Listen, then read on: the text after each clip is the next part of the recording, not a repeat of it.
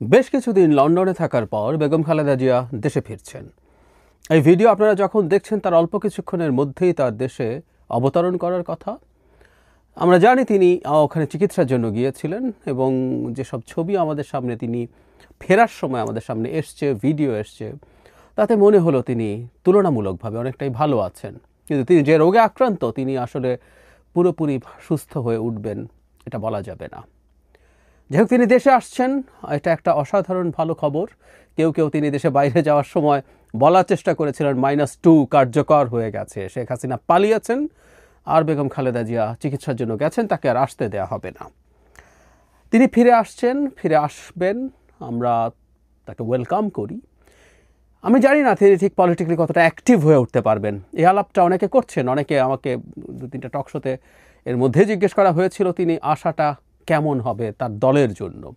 আমরা জানি জনাব তারেক রহমান দীর্ঘদিন ধরে প্রবাসে আছেন, তিনি দেশে আসেননি। এখনও তিনি কবে আসবেন আমরা নিশ্চিত নই। এই সময়টাতে দেশে বেগম খালেদা জিয়া অনিবার্যভাবেই তার দলে খুবই গুরুত্বপূর্ণ ভ্যালু অ্যাড করতে পারবেন। আমরা এই যোগাযোগের যুগে বসবাস করেও ফোনে বা ভিডিও কলেও মুহূর্তে মুহূর্তে কানেক্টেড থাকতে পারলেও সরাসরি থাকা, সরাসরি যোগাযোগের আসলে বিকল্প সেই অর্থে নেই। সুতরাং বেগম খালেদা জিয়া দেশে ফিরে এসে যদি মোটামুটিও সুস্থ থাকেন, অতটুকু দায়িত্ব যদি নিতে পারেন, এটা তার দলের জন্য খুবই খুবই পজিটিভ ব্যাপার হবে। এবং তার এই ফিরে আসা নিয়ে বিএনপি খুব চমৎকার একটা জেস্চার দেখিয়েছে, সেটা হলো তার সমর্থকদেরকে রাস্তায় থাকতে বারণ করেছে, কারণ এসএসসি পরীক্ষা আছে, তাদের বিপদের কথা, তাদের ঝুঁকির কথা, কারণ জ্যাম লেগে গেলে তারা টাইমলি হলে পৌঁছতে পারবেন না। রীতিমতো দলের মহাসচিব আহ্বান জানিয়েছেন যেন তারা এটা অ্যাভয়েড করেন। এটা চমৎকার একটা কালচারের নজির হবে, আমি এভাবে বলতে চাই। এবং প্রচুর কাভারেজ, সব জায়গা বেগম খালেদা জিয়াময় হয়ে গেছে এবং হয়তো বাড়াবাড়িও আছে আমি মনে করি। কোনো কোনো পোর্টাল তার প্লেন কোন রুটে আসছে সেটার ট্র্যাকার লাগিয়ে দিয়ে দেখাচ্ছেন তিনি কোন জায়গাগুলো হয়ে আসছেন। আমি ধারণা করি শেখ হাসিনার সময় মিডিয়াগুলো যাতে যেটায় পরিণত হয়েছিল তারা এখন তাদের পাপের প্রায়শ্চিত্ত করার চেষ্টা করছে।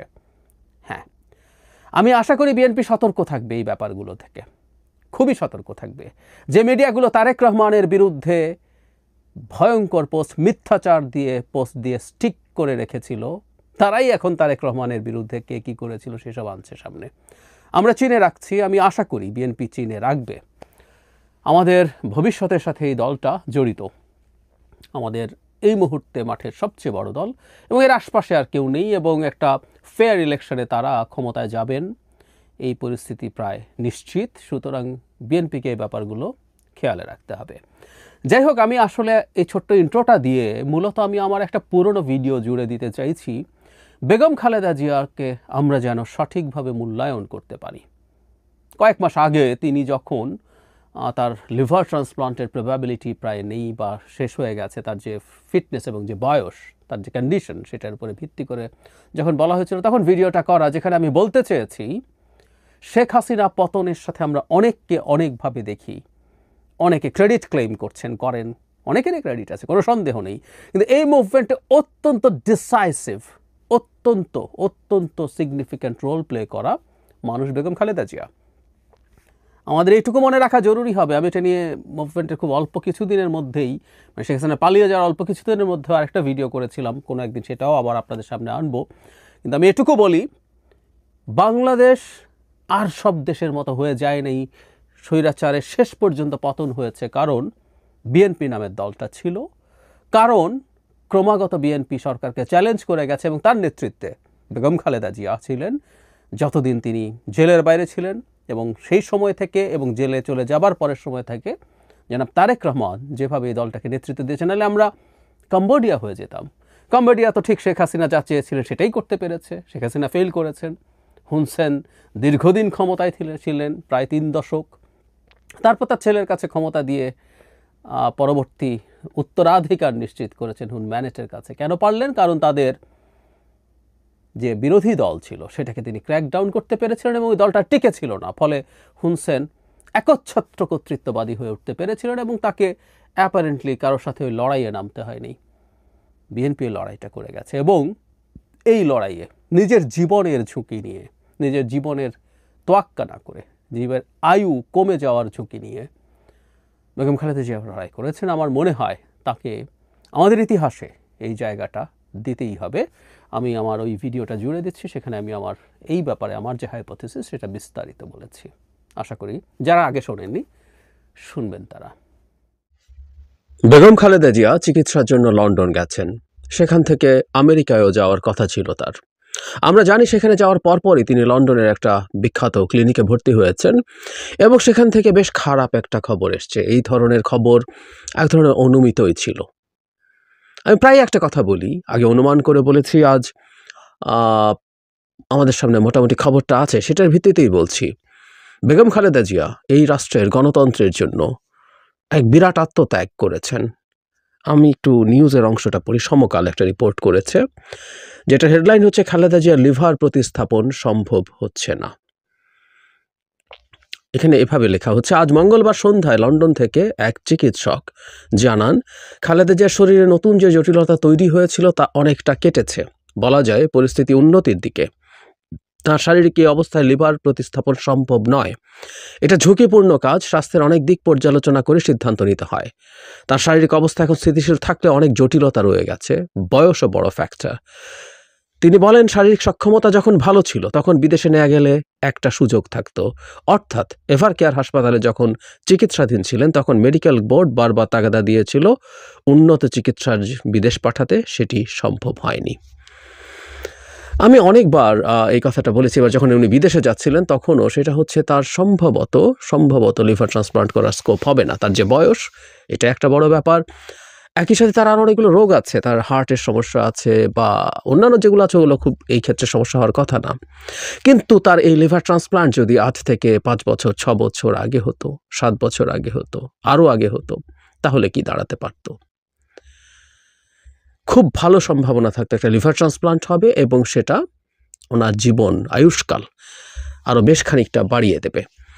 আমরা যারা জানি বেসিকটুকু হচ্ছে, লিভারের সিরোসিস যখন হয়, লিভারের ইনফ্লামেশন থেকে লিভারের সেলগুলো নষ্ট হতে থাকে এবং ওটা এক ধরনের টিস্যু দিয়ে তৈরি হয়, যেটা আসলে লিভার সেলের মতো কাজ করতে পারে না।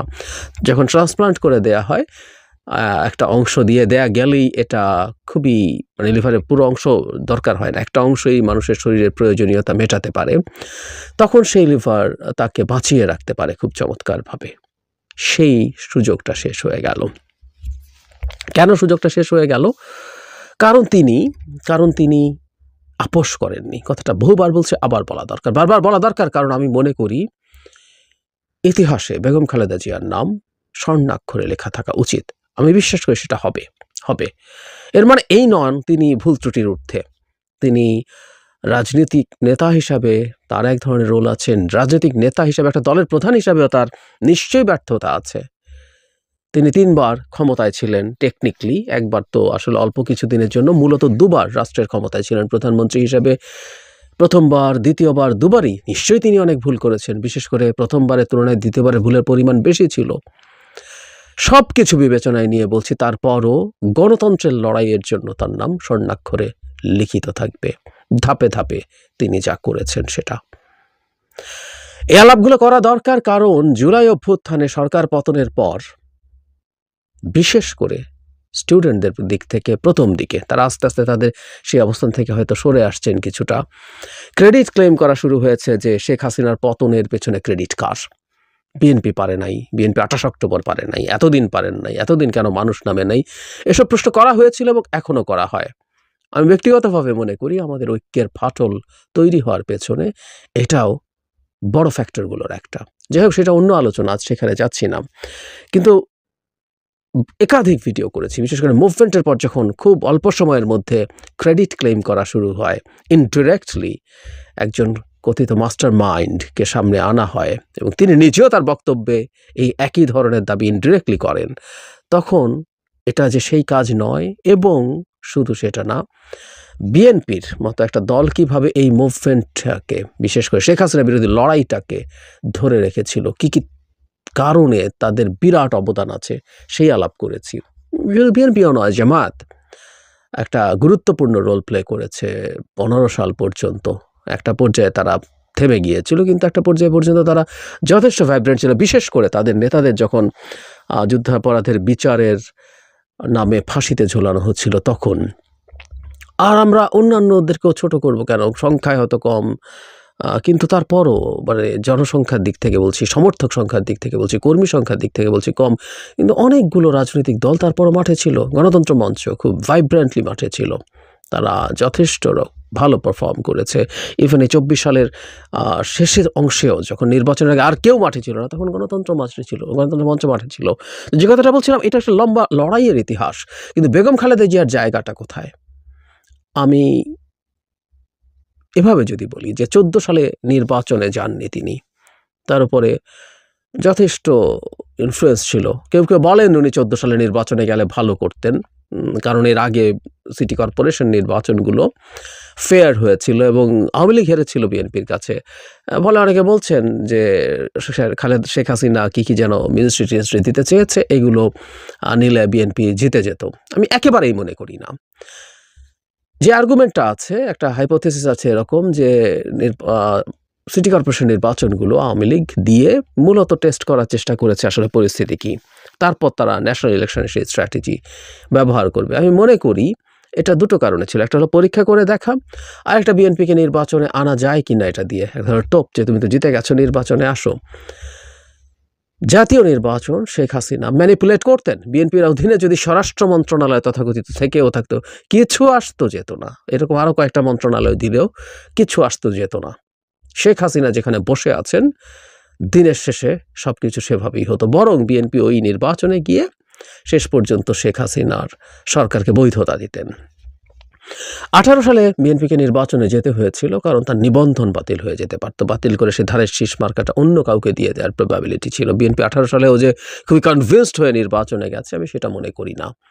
কিন্তু সেই নির্বাচনেই আওয়ামী লীগের সাথে আতাত করতে যদি বিএনপি করতো, বিএনপির সাথে সে অফার ছিল, সেখানেই এসে বেগম খালেদা জিয়া তার ট্রিটমেন্ট আরও বেশ আগে নিতে পারতেন।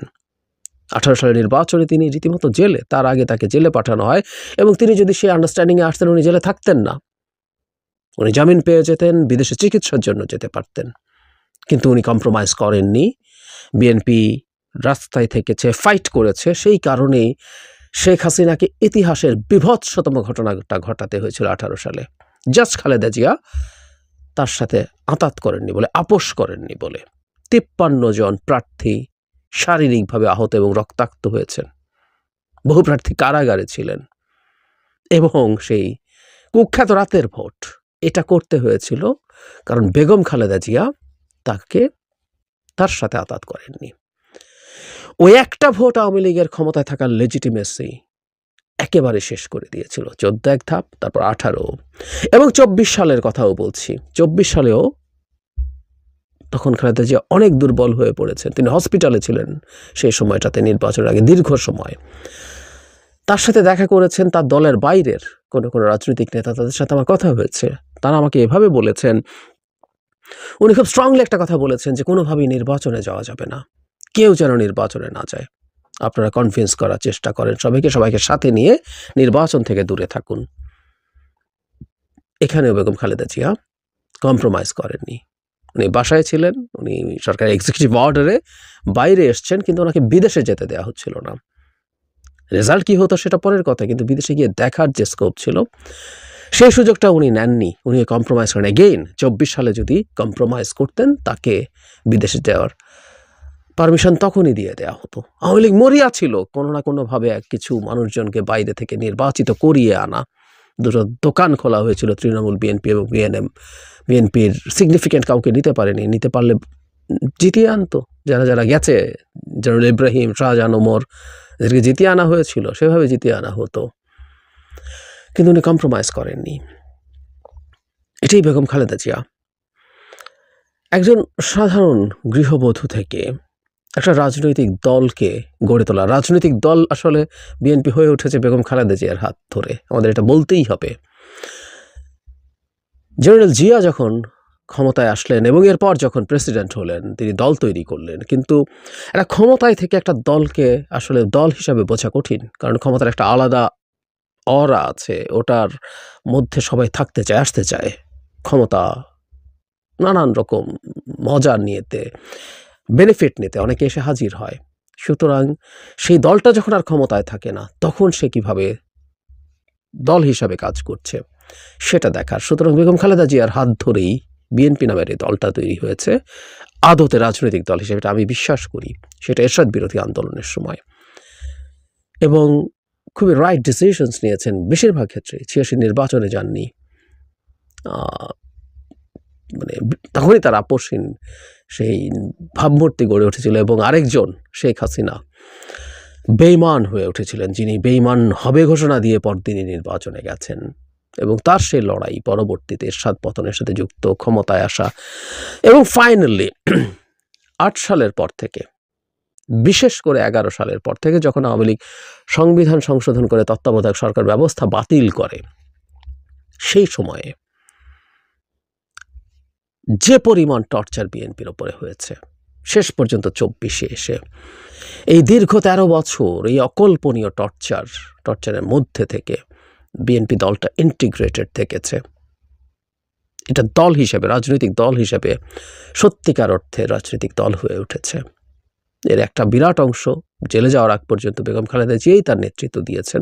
পরবর্তীতে জনাব তারেক রহমান, তিনিও খুবই যোগ্য নেতৃত্ব দিয়ে সেই দলটাকে সেই জায়গাটায় ধরে রাখতে পেরেছেন। কিন্তু বেগম খালেদা জিয়ার একটা বিরাট জায়গা এর মধ্যে আছে। আবারও বলছি, উনি জেলে থেকেও উনি কম্প্রোমাইজ করতে পারতেন। 18 নির্বাচনের আগে জেলে যাওয়ার কিছুদিনের মধ্যে, ঠিক আছে 50, 60, 70টা সিট মেনে নিলাম, আমি তোমার সাথে কোলাবোরেট করব, তুমি ক্ষমতায় থাকো। এক সন্তানকে হারিয়েছেন, অপর সন্তানের সাথে জীবনের বাকি সময়গুলো কাটাতে পারতেন, উনি করেননি। সুতরাং জেলের মধ্যে থেকেও বা পরবর্তীতে বের হয়ে এসেও তিনি আসলে তার যে আপোষহীন চরিত্র সেটা ধরে রেখে বাংলাদেশের গণতন্ত্রের জন্য অকল্পনীয় বড় একটা কাজ করেছেন, এবং অকল্পনীয় বড় আত্মত্যাগ করেছেন। নিশ্চিতভাবে তার চিকিৎসকরা তাকে এটা জানিয়েছেন যখন তিনি প্রাথমিকভাবে জেলে ছিলেন, যখন তার লিভার সিরোসিসের লক্ষণ প্রকাশ পাচ্ছিল, তখন নিশ্চয়ই তাকে জানিয়েছিলেন যে এটা অ্যাজ আর্লি অ্যাজ পসিবল এটা ট্রান্সপ্লান্টটা করতে হবে, কিন্তু সেটাই ডেফিনিটিভ ট্রিটমেন্ট। বাকি সব কিছু আসলে আর কোনোটা ডেফিনিটিভ ট্রিটমেন্ট না, কিউরেটিভ ট্রিটমেন্ট না। ওগুলো দিয়ে ভালো রাখার চেষ্টা করা হয়, লিভারের উপরে চাপ কমানোর চেষ্টা করা হয়, এরকম নানান কিছু করা হয়, তাতে লাইফ এক্সপেক্টেন্সি কিছুটা বাড়ানো যায়। কিন্তু ওটা লিভার ট্রান্সপ্লান্ট হলে যেমন হতো তেমন হয় না। চিকিৎসকরা নিশ্চয়ই তাকে বলেছিলেন, উনি কেয়ার করেননি, এবং মাসুল দিয়েছেন। কিন্তু দিনের শেষে আমরা এটুকু বলতে চাই, জেনে শুনে নিশ্চিতভাবেই তিনি এক অসাধারণ আত্মত্যাগ করে ফেলেছেন। আমরা আশা করি তিনি অনেকটা সুস্থ থাকবেন, লাইফ এক্সপেক্টেন্সি যতটা সম্ভব বাড়বে, কিন্তু উনি অলরেডি একটা ঝুঁকি নিয়ে ফেলেছেন এবং সেটার মাসুল দিয়ে ফেলেছেন। আমাদের ইতিহাসে তার নাম এই কারণে স্বর্ণাক্ষরে লিখিত থাকা উচিত, আমি বিশ্বাস করি সেটা থাকবে। একটা মানুষ তার ভুল ত্রুটি, সমস্যা সবকিছুর ঊর্ধ্বে উঠে এটা করবে, এবং আমাদের জেনজিরা বিএনপি করতে হবে না, খালেদা জিয়াকে সমর্থন করতে হবে না, কিন্তু তার যে স্থান, তার যে জায়গা, সেটায় তাকে রাখার জন্য তাদের বুঝতে হবে, তার লড়াইটাকে রেকগনাইজ করতে হবে।